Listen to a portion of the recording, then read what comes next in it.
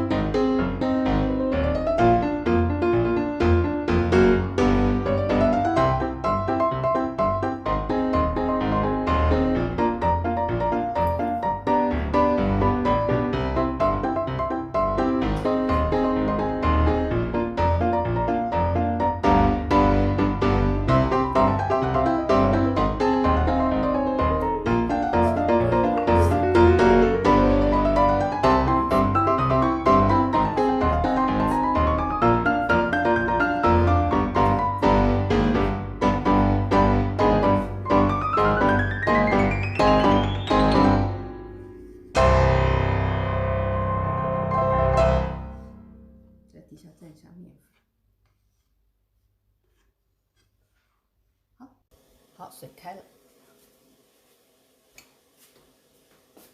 水开了。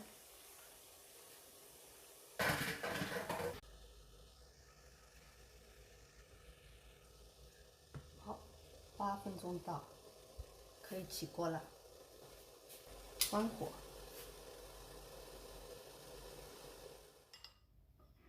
这个热水呢，就是跟冷水的和面味道都是挺不错的。但是如果我选择的话，我更喜欢用冷水和面，因为它不粘锅也不粘手，然后揉起来也很方便，然后又比较容易揉。好，今天的视频我就分享到这儿。如果你喜欢我的视频，欢迎点赞和订阅，打开小铃铛。感谢您的收看，我们下周再见，拜拜。